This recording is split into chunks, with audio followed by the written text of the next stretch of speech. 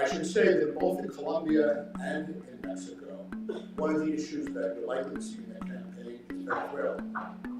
And Venezuela, in the sense that in Mexico, you have a candidate of the left, the traditional political party, the PRI, is going to say, is already saying, if you vote for this person, Lopez Obrador, we're going to end up like Venezuela.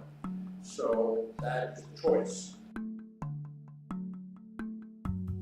We are very excited to be able to bring you Michael Shifter, partly because of our support from the Lowell Foundation up from D.C. We like at World Boston to feature local speakers, but also national speakers. As many of you may know, Michael wrote the article in the Great Decisions book this year on Latin America, and I highly recommend it to you. President of the Inter-American Dialogue, an organization that works to shape policy debate, devise solutions, and enhance cooperation within the Western Hemisphere. He writes and talks widely on U.S.-Latin American relations and hemispheric affairs. And his recent articles have appeared in the New York Times, Foreign Affairs, Foreign Policy, Financial Times, and in newspapers and journals throughout Latin America. He is often interviewed by U.S., Latin American, European, and Chinese media, and appears frequently on CNN and BBC. He has lectured about hemispheric policy at leading universities in Latin America and Europe, and has testified regularly before the U.S. Congress about U.S. policy towards Latin America and the Caribbean. Prior to joining the dialogue, Michael directed the Latin American and Caribbean program at the National Endowment for Democracy, and before that, the Ford Foundation's Governance and Human Rights program in the Andean region and Southern Cone. In the 1980s, he was representative in Brazil with the Inter-American Foundation, and also worked at the Woodrow Wilson Center's Latin American program. Since 1993, Michael has been adjunct professor at Georgetown University School of Foreign Service, where he teaches Latin American politics. He's a member of the Council on Foreign Relations and the Latin American Studies Association, and is a contributing editor to Current History. He graduated from Oberlin and holds an MA in sociology from Harvard University, where he taught Latin American development and politics for 4 years. Please welcome Michael Shifter.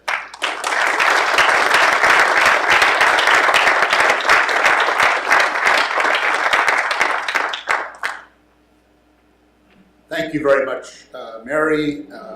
Good evening to everybody, and thank you all for coming. I want to thank sponsors, World Boston, the Lowell Institute, and of course the Boston Public Library. This is a gorgeous facility, and I'm delighted to be here. I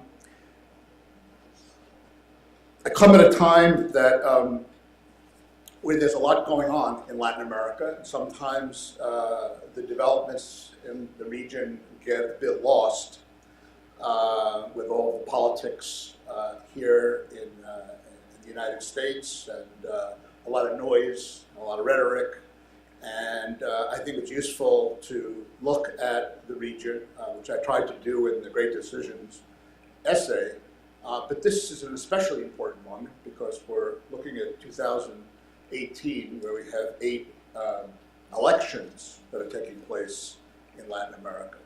And elections are very useful because they give you a window and a prism to understand what some of the issues are, what some of the trends are, which way countries are moving. And I think that what we see in Latin America, I've been following the region for 40 years or so, and I don't remember a time where there's been more uncertainty, more predictability. In the essay, I talk about what was called the pink tide, the so-called pink tide of governments that were left-leaning that emerged in the early 2000s, and that were fueled largely by the commodity boom in Latin America. Commodity prices were high. The Chinese in particular were major consumers of those primary goods, primary commodities, and Latin America had a growth rate of over 5% over a sustained period of time, a decade, and that was accompanied by reduced levels of poverty and also reduced levels of inequality, which is the Achilles heel of Latin America. It's the most unequal region in the world. But this boom that took place over a decade helped bring down levels of inequality, as the data show in a number of places. And there were governments of the left that were espoused a kind of resource nationalism, and of course things were going well until 2013, 14, when the prices began to fall for those commodities. But what was important about that period that I described in this essay is that you had a lot of people in Latin America, Brazil, Mexico, elsewhere, that entered the middle class. And the middle class, not in sort of the notion and image that we may have here, people live in the suburbs and the like, but people who had increasing access to consumer goods, and people that were increasingly demanding better public services. And that middle class is there.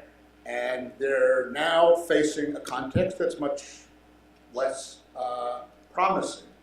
Latin American experienced a slowdown for several years, contracted for a couple of years. This year, it's projected to grow about over 1%. Next year, maybe close to 2%, but it's not 5%. And commodity prices aren't high, and so there's really a lot of pressure on governments.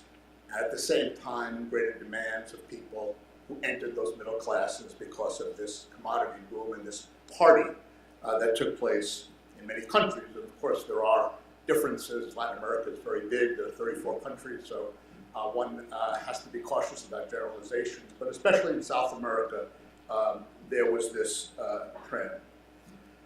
Today, the situation, looking at these elections, is I think very, very complicated, and as I said, very uncertain. There's a lot of what's called in Spanish malestar, malaise. Even in countries that are performing reasonably well economically, there's a sense that the political class, the political establishment hasn't delivered, that there is widespread corruption, and there are scandals in many countries. Brazil being the most prominent, but in other countries as well. Corruption didn't start recently. It's been around for a long time in Latin America and everywhere. But there's a lot less tolerance for corruption, as the polls show, than there has been in the past.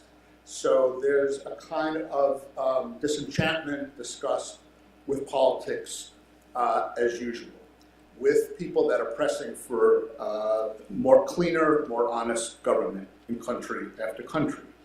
At the same time, this corruption trend is good and it's bad. The good part of it is that people are finally saying no more. We demand that accountability, transparency, and we're not going to tolerate this continued abuse. The negative side is that it's resulted in a loss of confidence in political leaders, in political institutions, and political parties. So the polls show that the support for democracy has, for example, declined by 11%, 12% in the last 3 years, according to a reliable poll that's produced by Vanderbilt University. And so there's less support for the democratic system. There's a kind of malaise. And the corruption issue is a very key issue from country to country, and I'll go through some of the cases to illustrate that. Second issue is crime and insecurity. Democracy hasn't been able to reduce levels of crime and insecurity. Latin American cities are among the most violent in the world. It's the most violent region in the world. There are many cities that have homicide rates as comparable to those that are in war zones and conflict zones. And again, there's an inability of political leaders to really bring down levels of crime and insecurity. And then, of course, there's the social agenda. With all this progress, with this boom of the decade of 2003, 2013, 2014, there were resources to spend on social programs and social policies. Those have been cut back.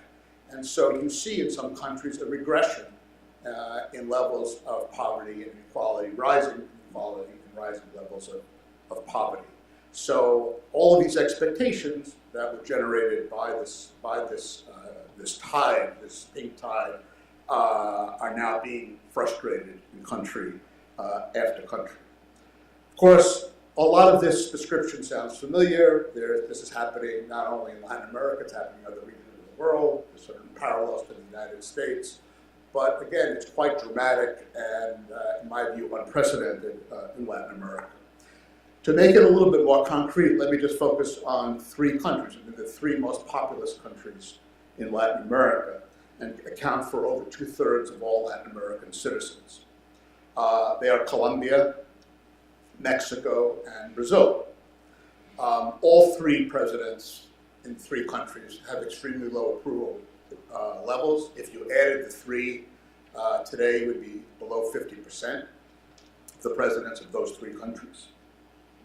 And the elections that the 3 of them will have next year, in 2018, will significantly shape the region's future.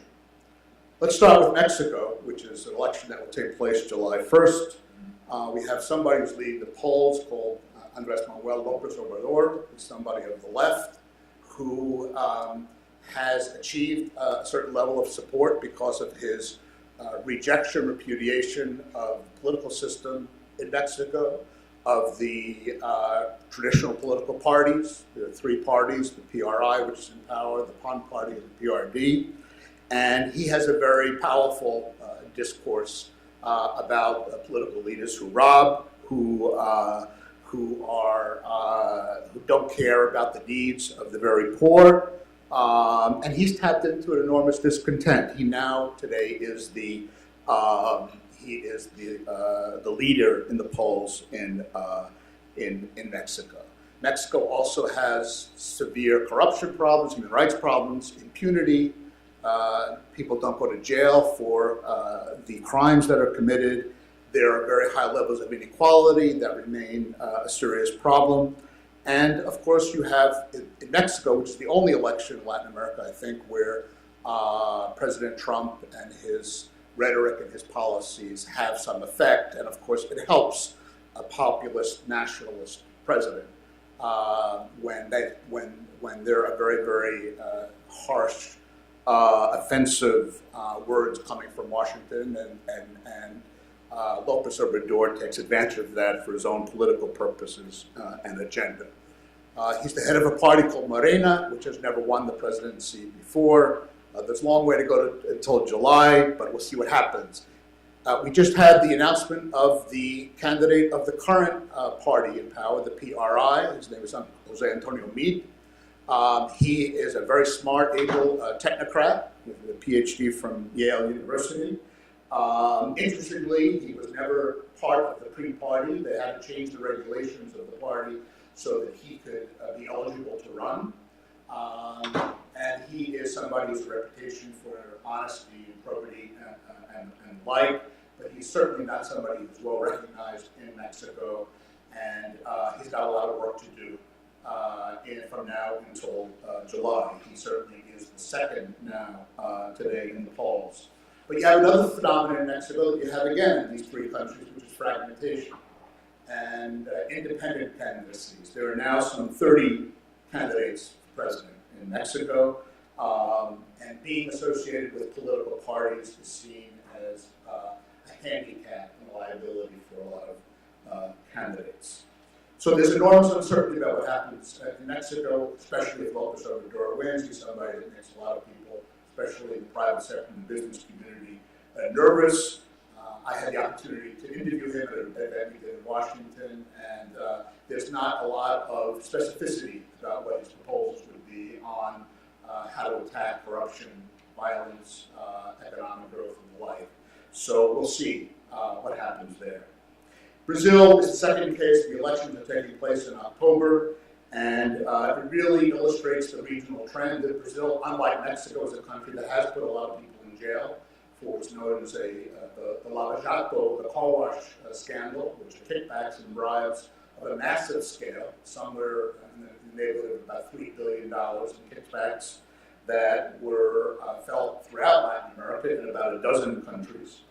And of course, this has produced a tremendous rejection, disgust with the political class. The current president, Michel Temer, has 3% support in the polls, and that's a very powerful issue, coupled with the crime issue.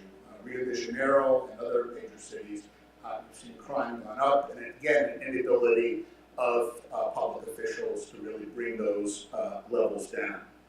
In that context, the two leading candidates today are the former president, Lula da Silva, who served for 2 years, a very charismatic leader, but also was convicted of corruption and is awaiting appeal from the court. And if the court rules that he can't run, he won't be a candidate. It's unclear what the court's ruling will be. He has about 35% in the polls having been convicted of having committed corruption. And the second candidate is somebody of the far right. His name is Bolsonaro. He's a deputy, and he's somebody who's a former military official with very populist, worrying, frightening rhetoric, nostalgic for the days of military dictatorship in Brazil. It was a dictatorship from 1964 to 1985, and he believes those are the days when things were peaceful and secure and the like. And he's doing quite well in the polls behind Lula da Silva. Again, it's a long way to go till October, but it gives you a sense that some of the more traditional candidates are really in trouble, and that people are looking for, or at least open to, alternatives.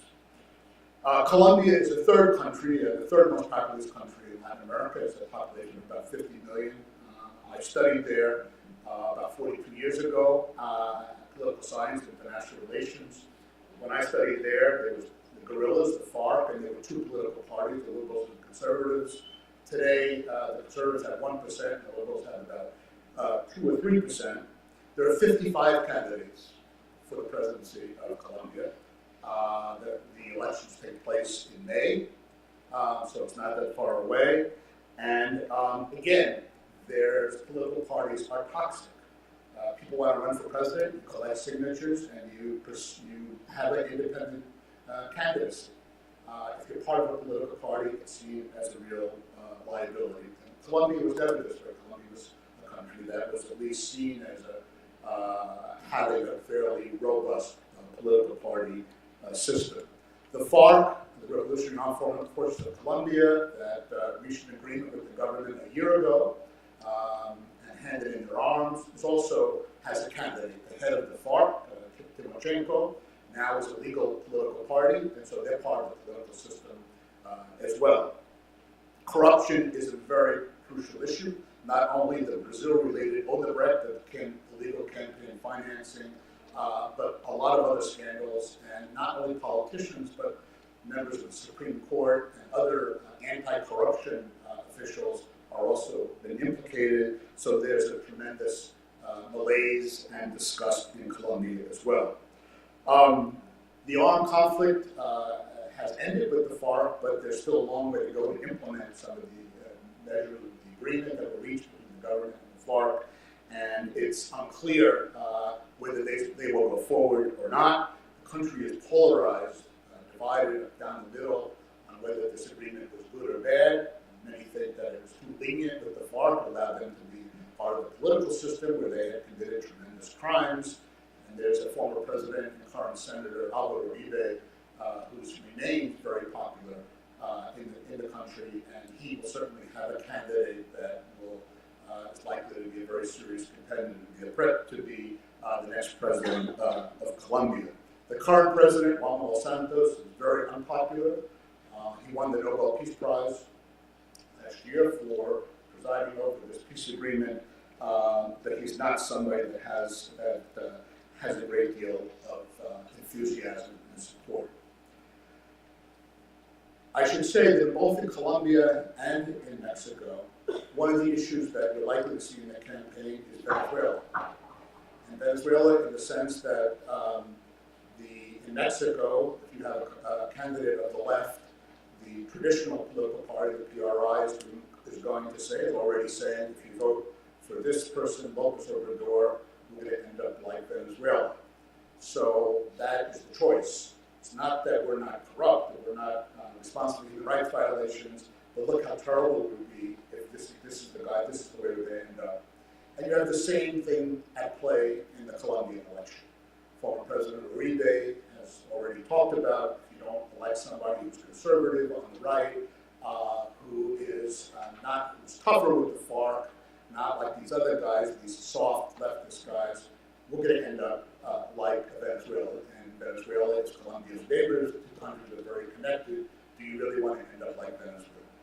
So Venezuela is going to be an issue in both of those elections in terms of fear of what could happen if you vote for parties of the left. Well, let me talk a little bit about Venezuela, which is in a terrible crisis. It's been widely reported, and I think it's hard to sort of think of another comparable case that's as dire as Venezuela. Now there's been a partial default of its debt. The government, however, despite the economic problems, the high inflation, the severe shortages, the default, is in a pretty strong position politically. It's kind of a puzzle and a mystery to figure that out, but it's a country that has been going on since Hugo Chavez came to power in 1999, and there is a sense of being part of a revolution that's going to continue. And a lot of people, there's an ideological component to the power, to the government. There's also a lot of people that have made a lot of money. There's massive corruption. It's the country that has the highest oil reserves in the world. And so there are a lot of people that have a lot at stake and have a lot to lose by giving up power. And they seem to be digging in, and despite all of these problems with the default, it remains fairly strong politically. The opposition, which had been making some progress, is completely demoralized, disorganized, dispirited, exhausted, scared, and lacking in any leadership or political strategy at this point. The president has said he's going to have presidential elections next year, President Maduro, who took over when Chavez died in March of 2013, died of cancer. Maduro took over, won election, and he has said that he's going to go up for re-election in 2018 at the end of the year. And the government is in a pretty strong position.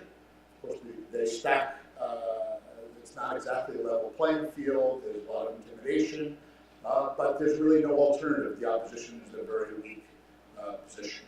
So this is a very tragic situation, which doesn't see any solution in the short term. There has been a greater mobilization of support in the region to try to put pressure on the Venezuelan government to try to not only to bring in humanitarian assistance to the Venezuelan people, but also to try to pressure them politically so that they would open up in terms of human rights and democracy. But so far, there have been very few results. And the United States has had a position of applying sanctions against individuals involved in corruption, involved in anti-democratic practices, and started with President Obama. It's continued under President Trump, and has now also applied financial sanctions as well in Venezuela. But again, it's hard to see any evidence, at least from what I can see, that there's been any change in the political behavior of the regime, which, of course, that was the objective of these policies. They may be justified, but I think their effectiveness is, I think, in question. So there's really not a lot that's really that's seen as kind of that can really make a difference in Venezuela. Venezuela also has had the support of China for many years, and now the support of Russia. China has lent Venezuela about $65 billion since 2007, and now Russia is also supporting Venezuela, both for economic reasons as well as geopolitical objectives as well.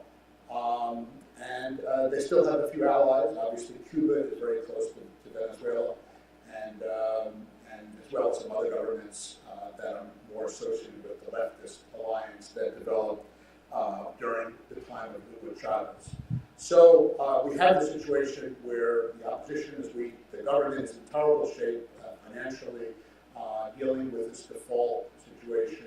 It's going to be a very complex, it is a very complex negotiation with creditors, but politically that doesn't mean that the government is facing imminent collapse. In fact, it continues. There's also going to be a change in Cuba. February 24th, 2018 will be the first time since the Cuban Revolution in 1959 that there will be a new president who's not a Castro in Cuba. Raul Castro was stepping aside, and it looks likely that the new president of Cuba will be somebody named Diaz-Canel, Miguel Diaz-Canel, who's 57, the current vice president, and Raul Castro will remain the head of the Cuban Communist Party, but it looks like that Diaz-Canel would be designated the president. What that means exactly, it's hard to know. Politics is very opaque in Cuba, but it is significant that the next president of Cuba will not be Castro, and there'll be summits, and there'll be meetings, and there'll be Diaz-Canel or somebody else, but it's likely to be Diaz-Canel who will play that role. Cuba's in very bad shape. The reform process that started under Raul Castro, towards greater privatizations and opening, was very, very cautious, but very slow, and has been stalled essentially. There are economists that are projecting that next year there's going to be the government economy is going to contract by over 1%, and of course some of the reversals in U.S.-Cuban relations haven't helped that situation. These were announcements that President Trump made in June in Miami on travel, and also supporting hotels that are owned by the military in Cuba, and then in reaction to the sonic, very strange, mysterious sonic incidents, the sonic attacks against some U.S. employees, whose main effect was really to reduce significantly the personnel at the U.S. Embassy in Havana, so that now Cubans who want to come to the United States can't get a visa in Havana. They have to go to Bogota or elsewhere to come to the United States. The main effect, of course, is psychological. The Cubans were hoping that the opening, under President Obama, would continue, but that hasn't happened. So that is not a very good situation as well. Two final points. The first is the role of China. China is a big player in Latin America, and it's going to get bigger. Many countries, their main trading partner, Peru, Chile, Brazil, is already in China. China financing Venezuela and other countries, huge sums. And now Latin America is part of the One Belt, One Road initiative in China, which is a massive infrastructure investment effort, and Latin America is part of that. And so as the United States shows an ambivalence or indifference towards Latin America, and especially South America, China seems very happy to fill that void. And what we're seeing is a very aggressive, engaged strategy on the part of China. So in sum, the picture is complicated, is uncertain. On the one hand, you could argue, well, this is an opportunity for political revitalization, political renewal, and I don't want to rule out that more optimistic, sanguine scenario. But given, I think, a realistic view of what's happening on the ground, the candidates that we see in these different countries, the institutions and political parties that we see, I think the outlook is a bit troubling. So I'll end on that note. Sorry to end on a pessimistic note.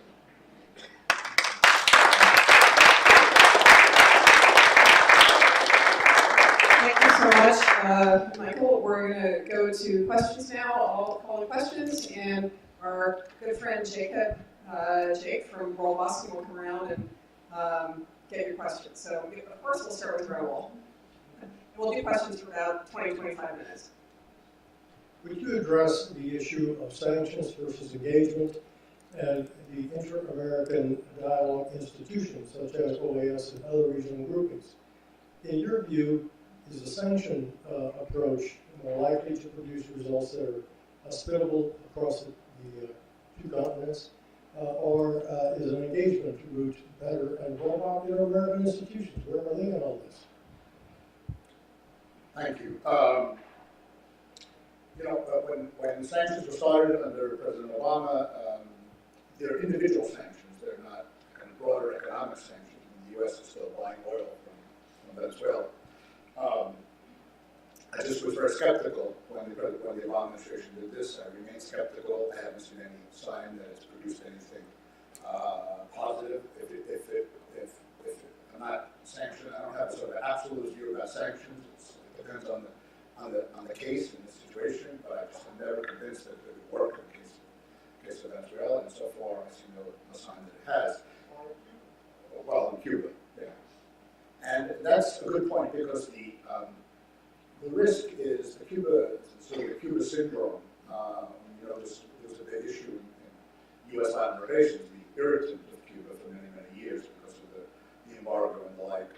On Venezuela, if there's if there are opportunities for engaging together with our Latin American neighbors and applying pressure on Venezuela, that may seem like a promising path. But to the extent that the United States itself really goes the route of tougher sanctions, the Latin Americans won't like that because it does have this association with the failed policy in Cuba for many years.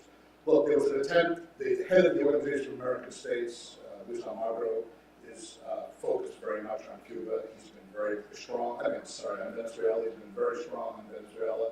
But multilateral organizations need the support of its member states. In the OAS, there are a lot of Caribbean states that have gotten a lot of good deals on oil from Cuba. They don't have oil.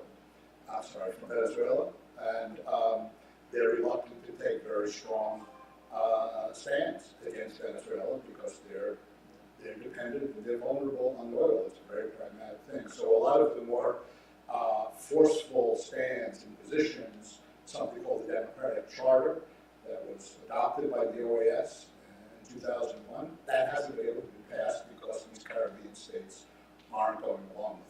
So you can have people who have the bully pulpit and talk a lot, which is good, but it's not enough for, they don't have the political support. There is a group called the Lima Group, which is a group of 12 countries that have come out with a much more forceful position on Venezuela. They met in Lima, they met in Toronto, and they're meeting at the end of this month in Santiago, Chile. And they're considering sanctions, and they vote against Venezuela in terms of getting any international support. They've taken some steps, but they've been pretty timid, modest steps, and they're debating and considering a forceful action. But it's not within the structure of the OAS, and also the United States is not part of that group because there is a concern that the United States is out there in front. It could be counterproductive in Venezuela. So these are 12 governments that are the larger governments of Latin America that are trying to pursue an alternative strategy. So we had one there, and then we're going to go to you. No. Oh, sorry. So just a quick question is. But why don't we get two questions in a row? I should use the mic. So we'll take yours, Paige, and then this gentleman's in the middle. Is that okay, Michael? Sure. So just a quick question in regards to sort of the more conservative parties in Latin America. I know that in Chile, they have sort of a more right-wing party has a sort of platform that is against specifically Bolivian immigrants, and that this platform is somewhat similar to the American right as well. So this is sort of a two-part question. If more conservative candidates get into office, do you think this might hinder in any way immigration between states? And also, if these more conservative candidates get in, do you think they might use the leverage that they have in regards to their politics to form a closer relationship with the current administration of America? Okay, and then we'll get this gentleman's question, and then we can tee them up. Which locally is incredibly related. I was going to ask that. We planned that. Chile has been a model for economic development and policy and governance in Latin America for a long time. And right now they're going to a second round of elections to decide whether they're going to continue that path or they're going to actually really reassess all that consensus that they had on policy and institutional. That's the first part of my question. The second part is Chile is also part of the Pacific Alliance of countries, and I want to see what is that, all these other countries that you haven't mentioned so far, Costa Rica, Colombia, Peru, Chile, and then Mexico, and what will be the impact in these countries on what they're trying to do economically with free trade on the rest of Latin America? Chile. Well, a couple of things. I hope I understand the question correctly. But on the first question, there is a very hard-right party, and he got 8%. Cast wins, or Cast got 8% in the first round. And you're right, he's in favor of building a wall between between Bolivia, Chile, and Bolivia to keep the Bolivians out. He got 8%. I don't think there's any chance that some of his voters will probably go to Sebastian Piñera. Most of them will for the second round. But this is not a platform or proposal that any viable candidate for president of Chile has. So the fact that it's out there and has 8% is of some concern, but I don't think there's any risk of actually that's going to that's going to prevail. On Chile, look, I mean, I think that the politics there's this contradiction that I sort of referred to before. This, economic performance is not bad in Chile. I mean, it's growing at 2%. It's not what it was, but it's not bad. But there's a tremendous disconnect with the political parties. The most political party that's always the most structured, the most coherent is called the Christian Democratic Party. You got 4% in the vote in the first round. You have this new, Beatriz Sanchez of the Frente Amplio, they got 20%, which is not even a political party, it's a movement, and mostly young people. It's a generational phenomenon. There's a sense that not only the Pinochet dictatorship, but the opposition to Pinochet, that's been exhausted, that's run its course. And even President Bachelet, who's somebody more of the left, didn't push hard enough, didn't go far enough. And so there's a lot of pressure from young people below. So I think whoever wins is going to be going to have a rough period.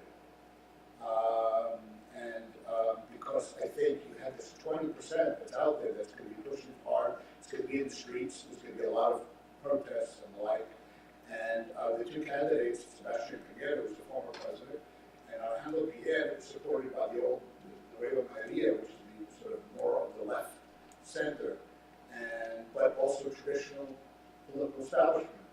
So do they vote for the traditional center left to prevent the right from winning, or do they just sit it out and say, these are both the same, these is both, it doesn't make any difference, so why bother to vote?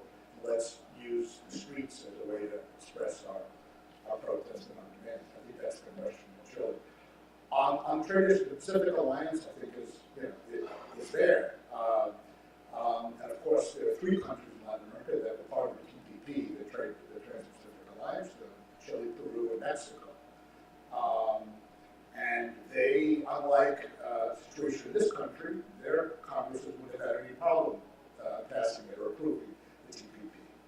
And now there's a lot of discussion going on with the TPP going forward without the United States. And there have been some meetings in Chile with the Latin Americans and also some other countries like Argentina that have sent representatives about how to move forward on this trade agenda, even if the United States is pulled out of TPP under President Trump. So I think there's still a broad commitment to go forward on the trade. The Pacific Alliance was started 4 or 5 years ago. I think they made a lot of progress in reducing a lot of tariffs on services and trade and the like. But of course, their objective is to try to work together more closely to present a unified strategy and position to deal with China and other countries of the Pacific. That is, I think, a challenge for them. But of course, Latin America is reacting, saying, the U.S. has always been supporting free trade, and now the United States seems to be going in a different direction. So what do? Well, we still want they have a free trade agreement with the United States, Chile. They want to continue that as long as they're watching the NAFTA negotiations very, very closely, because the NAFTA negotiations with Mexico and Canada will give a hint of where the U.S. stands on trade. And all these governments, there are 11 free trade agreements that the United States has with other countries in Latin America. They're all saying, what's going to happen with us in Central America, Dominican Republic, Peru, Chile, Colombia? They all have free trade agreements. And their answer, we'll find out, depending on whether NAFTA survives and is renegotiated in a way that's acceptable to everybody, or it collapses. And that's something that they're watching very, very closely to see what happens.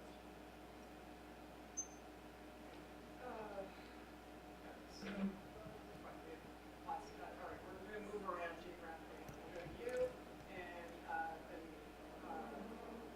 you, and you're up. Can you do three? Sure. So let your question be a question. Thank you so much for coming to Boston. I would like to listen from you the perspective of the integration process in the Americas.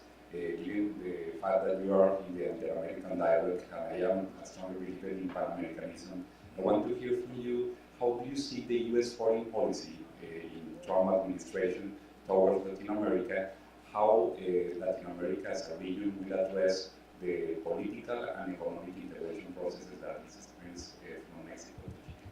Thank you. You want to do multiple questions, Michael? Sure, Okay. whatever. Yeah.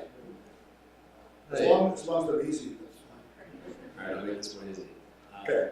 So we touched on Chile. I was hoping to go next door to Argentina and get your perspectives there. To borrow your metaphor of the pendulum, during your talk, you talked about a couple countries that are undergoing elections and might start swinging back to the right. Over the last couple of years, Argentina has been swinging back to the right politically and has undergone some reforms that have had some, hopefully temporary but tricky economic implications. So I was just hoping to get your perspective on where they're heading and what types of lessons might be learned from that for the broader region. Thanks.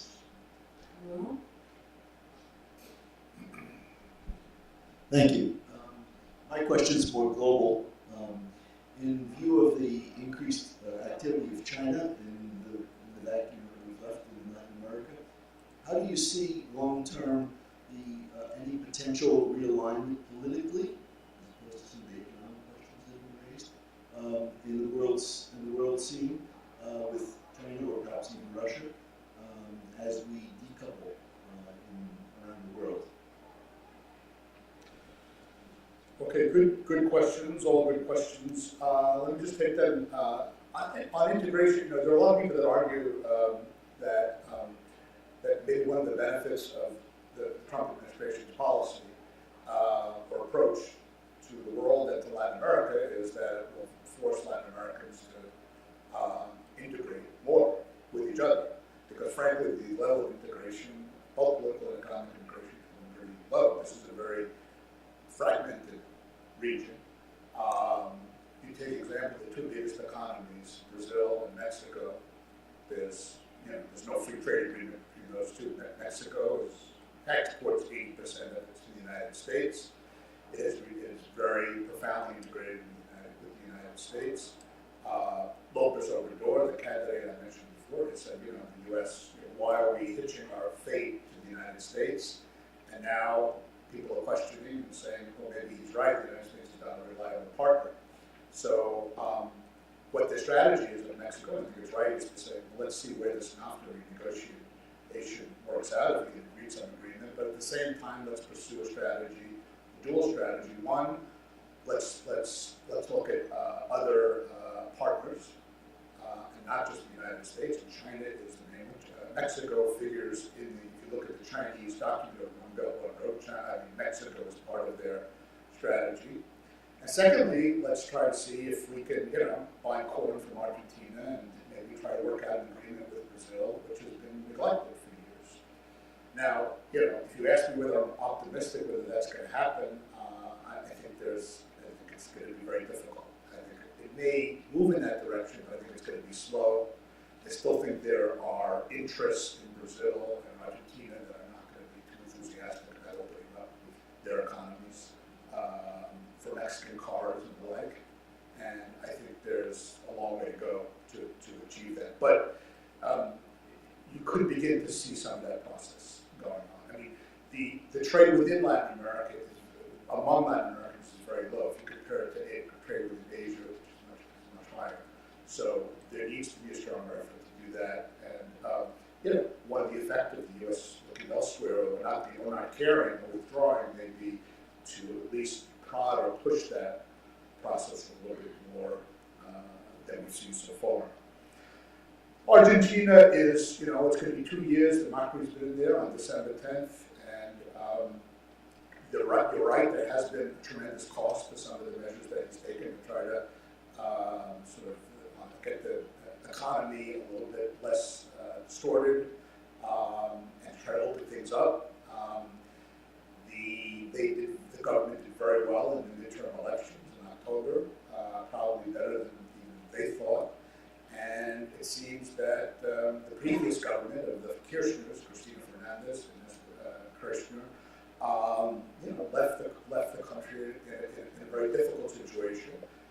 There are lots of charges of corruption as well. Not a lot is happening in the judicial system in Argentina, but at least there's a lot of very credible accusations against them for stealing a lot of money. And I think there is, right now, Macri, the president of Argentina, is one of the most popular presidents in Argentina. And in Latin America, I think he has about 50% or over 50% support, which is again more than the Brazilian, Colombian, and Mexican presidents have combined. So now we'll see what happens. He has sort of talked about major reforms, including pension reform, labor reform. Those are going to be hard. Peronism is still strong. They don't have a majority in Congress, Macri, and it's going to require a lot of very skillful political negotiation to get those through. And investments are not coming in as they had hoped. But Argentina is going to grow 3% this year. 2017, they're projected to grow 3.5% next year. That's a big turnaround from what it was before. So you're right that there's been a lot of pain associated with these changes, but so far they've managed it in a way to say, well, this pain, we have to endure a little bit, and in the longer term it's going to be better. We had to fix the problems before, and that's a political challenge. And so far, I think they've managed that, pretty well. On the third question, on the politics, the realignment, I think we're a long way from any kind of, political alignment on that. The Chinese, I think, have been pretty cautious about not pushing that too far.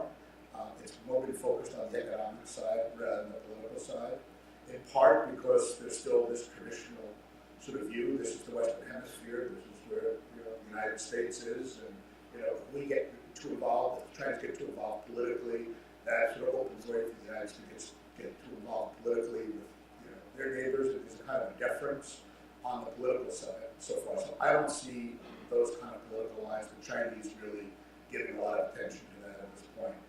Russia's a little bit different.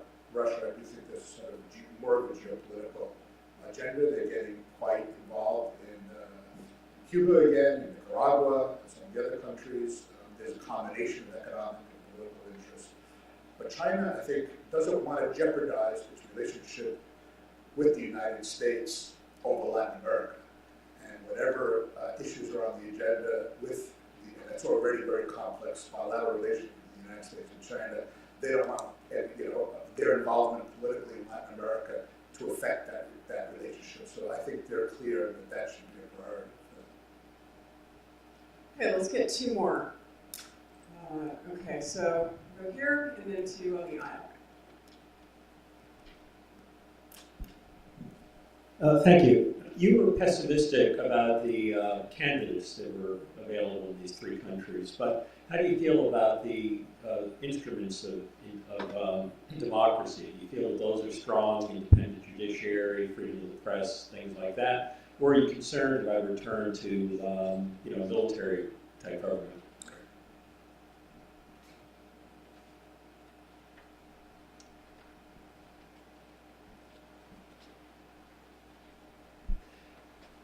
Thanks, Michael. I was wondering if you could give us a little sense of who in the Trump administration is sort of driving policy towards Latin America. We know, what the president thinks of immigration from Mexico, but beyond that, when Latin American foreign ministers or others, have issues, who are they looking to? The president lashed out at Colombia and then sort of took that back. Is that just him being impulsive, or are there competing forces? Does anyone care enough? What's the sort of internal dynamic? Okay, thanks. The quality of democratic institutions, I think, varies from country to country. If one wants to be optimistic, one looks at what's happening in the Brazil story is very encouraging. And there's a group of prosecutors that have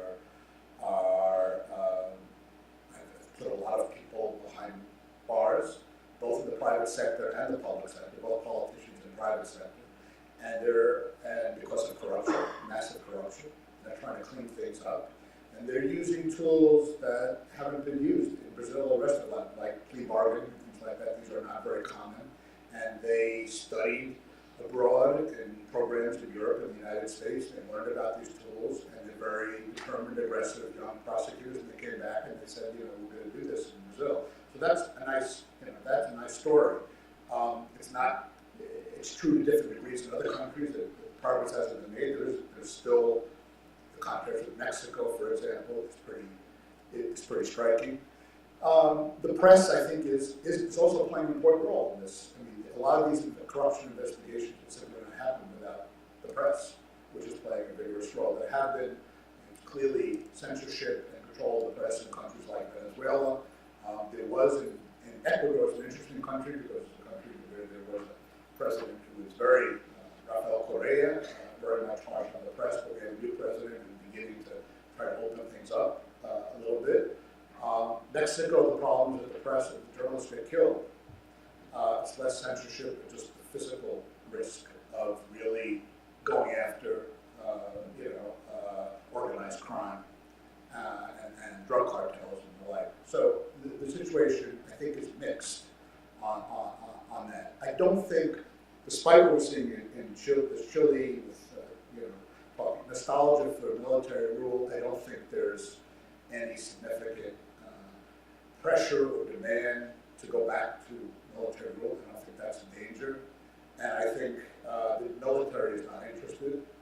The military is not that they're sort of waiting to go back. Venezuela is a different case. Venezuela is practically is a semi-military government. And the military was just appointed 2 days ago as the head of the oil sector, which is the most important oil company, which is the most important thing. So the only thing that Venezuela produces is oil. And so the military has been getting a lot of key positions in Venezuela, and he's basically buying them off because this is a government that wants to stay in power. And the way you lose power is if the military, makes some moves and tries to get rid of you. So if you buy them off and you co-opt them and you know how to keep the military there, then then you can stay on. And so I think that's what we see in Venezuela. So they're military, but it's not sort of the classic sort of military coming back. I don't think there's a demand for it, and I don't think the military is interested in it. But I do think the erosion of support for democracy is worrying, and I think the corruption is part of that explanation. Latin American policy, Adam, there's no Latin American policy. We have. No, I say that seriously. Even on previous administrations, we're at a point where there's policy, there's NAFTA, and then there's Cuba, which is in the White House, which is never Latin American policy. It's domestic politics. Cuba's always been Latin Miami politics and Cuban American politics. Venezuela seems to be driven in the National Security Council. That seems to be what that's where the decisions are made. Colombia seems to be a combination, but it's not it's a case by case situation. It's country by country or issue by issue. Obviously immigration, which is the issue that has probably, I think, the most potential to really upset relations with the United States and Latin America, is all domestic politics. That has nothing to do with foreign policy or policy towards Latin America. I mean, people don't sit around and say, well, let's improve our relations with Latin America by doing this or that on immigration. They say, let's think of what we need to do domestically. So it's an extremely fragmented, and as you know very well, there's still a personnel problem. There's no assistant secretary for Latin America in the State Department, and some people are there who kind of don't have quite the authority to play major roles. And I see that if it's anywhere, if you want to know where it's a lot of these issues, Venezuela, but the guy who runs, who's in charge of South America for the State Department, now the Deputy Assistant Secretary, who covers all of South America, he says 90% of his time is on Venezuela. So Venezuela is probably the issue where a lot of the people are working on Latin America. That's what they're, that's where it is. And so, but the White House, I think, is where a lot of those sort of the more high-level discussions and decisions are taking place. There's not, the policy-making process is not a great model. And so that's, I think, of concern. That's obviously not just in Latin America. That's, I think, a broader issue of concern. Okay, I do not think that there, do you have a short question? No. Wow.